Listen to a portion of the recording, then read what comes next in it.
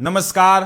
क्या आप भी यही सोच रहे हैं कि सोने की कीमतें आसमान छू चुकी है और अब इसमें निवेश करना खतरे से खाली नहीं है?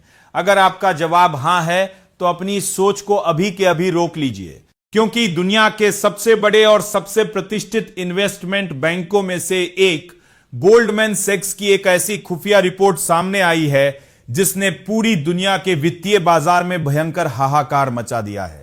यह रिपोर्ट सिर्फ चौंकाने वाली नहीं है, बल्कि आपके सीधे होश उड़ा देने वाली है, क्योंकि इसमें दावा किया गया है कि सोने की कीमतों में जो तेजी आप अभी देख रहे वह तो बस एक शुरुआत है और असली महाधमाका तो अभी बाकी है। गोल्डमैन सैक्स का कहना है कि आने वाले समय में सोना सिर्फ महंगा नहीं होगा, बल्कि साल 2026 के अंत तक इसकी कीमत $4,900 प्रति औंस के पार जा सकती है। आज के इस विशेष बुलेटिन में हम सेंट्रल बैंकों के इस गुप्त चक्रव्यूह और डॉलर के खिलाफ छिड़े इस वित्तीय युद्ध का ऐसा लाइव पर्दाफाश करेंगे जो आपकी आंखें पूरी तरह खोल देगा। वीडियो को भूलकर भी मिस मत कीजिएगा, क्योंकि आज हम आपको रिजर्व डाइवर्सिफिकेशन का वो कड़वा सच बताएंगे जिसे जाने बिना अगर आपने बाजार में पैर रखा तो आप बहुत बड़े संकट में फंस सकते हैं।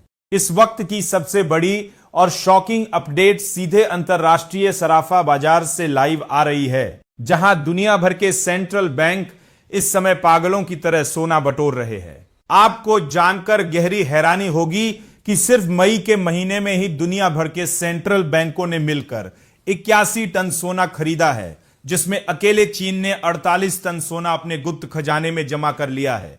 जब दुनिया भर के आम निवेशक और छोटे खिलाड़ी मुनाफा वसूली करके सोना बेचने की बेवकूफी कर रहे थे, ठीक उसी समय दुनिया के सबसे शक्तिशाली देश और उनके बैंक चुपचाप अपने गोल्ड रिजर्व को बढ़ाने में लगे थे। पिछले 3 महीनों के आंकड़ों को देखें तो सेंट्रल बैंकों की औसतन खरीदारी अब 67 टन प्रति महीना तक पहुंच गई है, जबकि साल 2022 के पहले यह आंकड़ा महज 17 टन के आसपास हुआ करता था। यानी आधिकारिक तौर पर सोने की खरीदारी में 4 गुना से भी ज्यादा का भयंकर इजाफा दर्ज किया गया है। लेकिन सबसे हैरान और सन्न कर देने वाली वजह यह है कि रूस की विदेशी संपत्तियों पर हुई कार्रवाई के बाद कई बड़े देश डॉलर पर अपनी निर्भरता को खत्म कर रहे हैं और सोने को एक बेहद सुरक्षित राजनीतिक एसेट मान रहे हैं।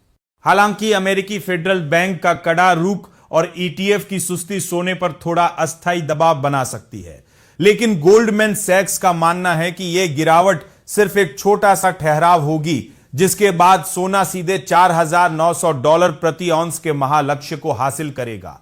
भारत के घरेलू बाजार में भी अगस्त साल 2026 की एक्सपायरी वाला सोना 1.16% की तूफानी तेजी के साथ लगभग 1,43,000 रुपए प्रति 10 ग्राम पे कारोबार कर रहा है।